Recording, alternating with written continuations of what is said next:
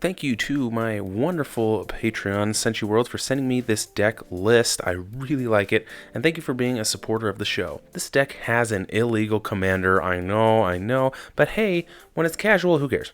The only illegal card in the deck is the commander as well, so you could just swap for the alternate Child of Alara if so desired. That wouldn't be as fun without the shenanigans of AskUrza.com. We're going to try to win by using one of these three cards: Door to Nothingness, Maze's End, or Approach of the Second Sun.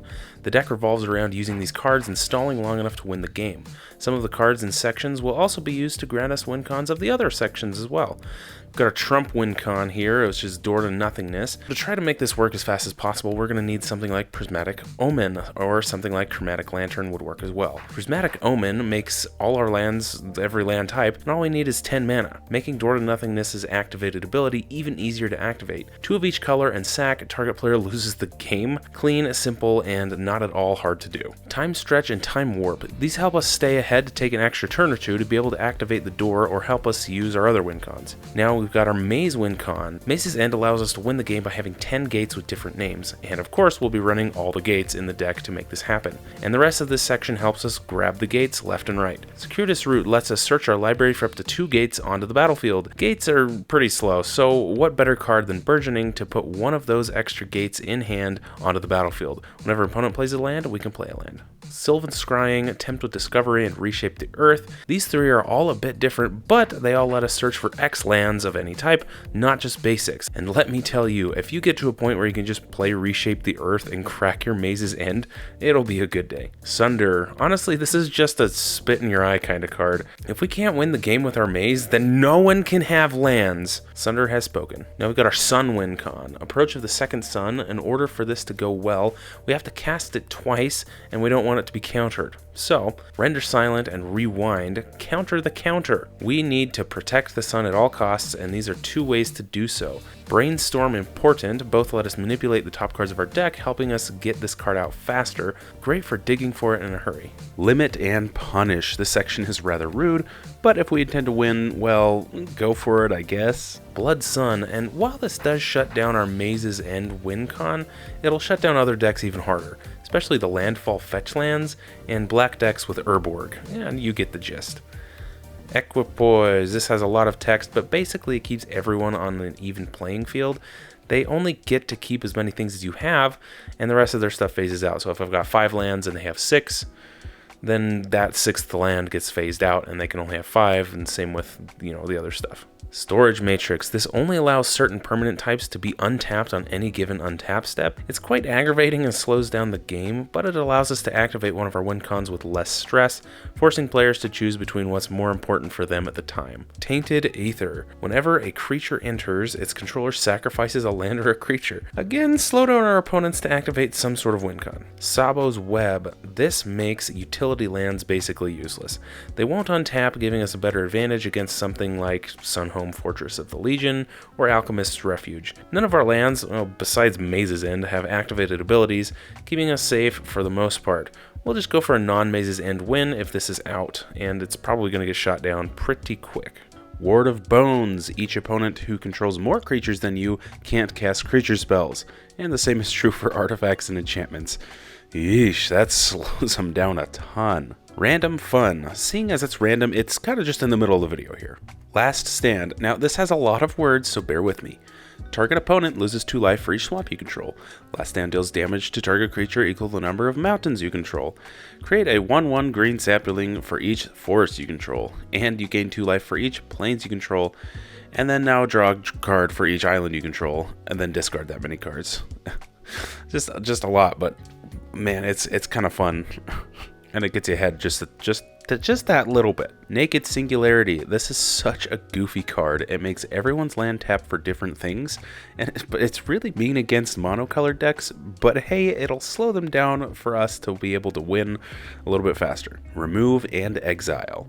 Karn Liberated exiles stuff from places and has an ult that restarts the game with that exiled stuff on our side of the board. Legacy Weapon is pretty cool. Pay Wooburg to exile a permanent, and it stays out so you can just do it again and again as long as you've got the mana for it.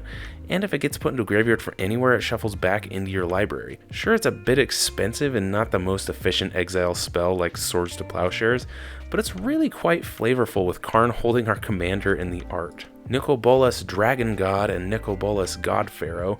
If you see a Nicobolas, you know there's trouble. I'm not going to go through everything these do because there's a lot, but just know that they can control the board very well. And Dragon God has an ult that's also a win condition if we can build up to it. Counters and Destroy, another nasty section letting us control the board even more to be able to win how we want. Grip of Amnesia counters a spell unless that player exiles their graveyard. Wonderful Politics for Muldrotha players. Insidious Will does a few things here. Counter, copy, or redirect. I love this card for how versatile it is in just a bunch of different situations. Kudzu enchants a land and then destroys that land when it becomes tapped. Then that land's controller passes it on to a different land. Aether Gale. This will help remove 6 big things from the board to their owner's hands. Always very nice. Ruinous Ultimatum, and last we have a nasty one-sided board wipe. Destroy all our opponent's non-land stuff. It's just fabulous. Defense. We gotta stay alive as long as possible for our win cons to take effect. Multani Morrow Sorcerer. Multani can grow pretty big and has Shroud. A nice big body to protect from something, but you could probably swap this for any big creature really. Angel's Grace. Stop anyone from winning the game or losing the game right now. Split Second lets us get away with that too. We win at our own pace. Cloud Cover. This is a really powerful card, making our stuff untouchable. If our Door to Nothingness or any other great card we have becomes the target of a spell or ability, we can just return that card to our hand instead of losing it. Harsh Justice. No one ever sees this coming, and if an opponent is going to deal massive damage to us, we just play this and make them take all the damage instead. Haha, joke's on them. Spirit of Resistance. Now, as long as we control a permanent of each color, we'll prevent all damage that would be dealt to us. Maybe a bit hard to set up, but once it's there, we'll just be protected from a lot of stuff. Tutor, not much explaining here, just a couple of good tutors to help us find what we need in a pinch. We got Grim Tutor and Profane Tutor. Again, swap for whatever you desire. Card draw. To help us stay ahead, we have Guild Summit. Helps us draw cards based off of all our gates. Mystic Remora. No need for explanation here. It's a great card that will continually draw us more cards. Dress Down. Draws us a card as well as stripping creatures of abilities for a turn, saving us in a pinch with Flash. Nissa Vital Force is an amazing planeswalker whose ult lets us draw a card on our landfalls, and you can use her ult the second turn she's out. Psychic Possession. This is a slightly different version of Consecrated Sphinx, drawing us a card whenever an opponent draws a card. Teferi Temporal Archmage. The main purpose of this Teferi is to get that extra card and possibly dig for Approach of the Second Sun. Though he does also untap 4 permanents with his Minus ability as well, which is always very handy. Theft of Dreams draws us a card for each tapped creature our opponents control. Late game, this is good when they've just swung a whole bunch of creatures at us and we're somehow still alive. Time Reversal resets hands and graveyards and starts fresh. Great for us, probably bad for our opponents. Graveyard Return. Now where would we be if we couldn't get our win cons back? We've got Cosmic Intervention. If one of our things is about to die, exile instead and just return to the battlefield later. Very handy. Nicobolas the Ravager, which flips into Nicobolas the Arisen. Another Nicobolas that I'm not going to take the time to go through because there's just a ton going on. But when he flips into a Planeswalker, his -4 ability returns a creature or Planeswalker from any graveyard to the battlefield under our control. This card also lets us draw cards, deal damage, and exile whole libraries. It's pretty insane. Reconstruct History. This will return a whole bunch of stuff from our graveyard to hand. It's such a good card. It returns 5 of our things to hand if we meet the criteria.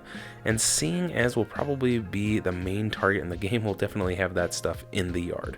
Mana Gain. Last section is about getting ahead on mana just a bit. Drain Power steals someone's mana from all their lands. Reset, well, resets our lands. It untaps all of our lands to use at instant speed. And Wilderness Reclamation untaps all our lands on our end step.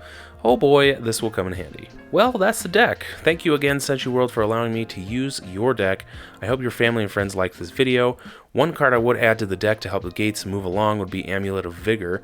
It's probably one of my favorite cards, and it'll untap those gates when they enter, speeding you up significantly. Now, as always, let me know what you thought and put your own deck list in the comments, or send me an email at manfredplusmagic@gmail.com with your killer deck. Thank you again, and I'll see you next week for your weekly dose of magic. To support this channel, visit the TCGplayer affiliate link in the description below. And if you want to support the channel directly, visit patreon.com/manfredplusmagic. As a patron, you'll have access to the community Discord where you can talk with myself and other friends about all things magic. And you'll find even more benefits for each tier, starting at $1 as a copper.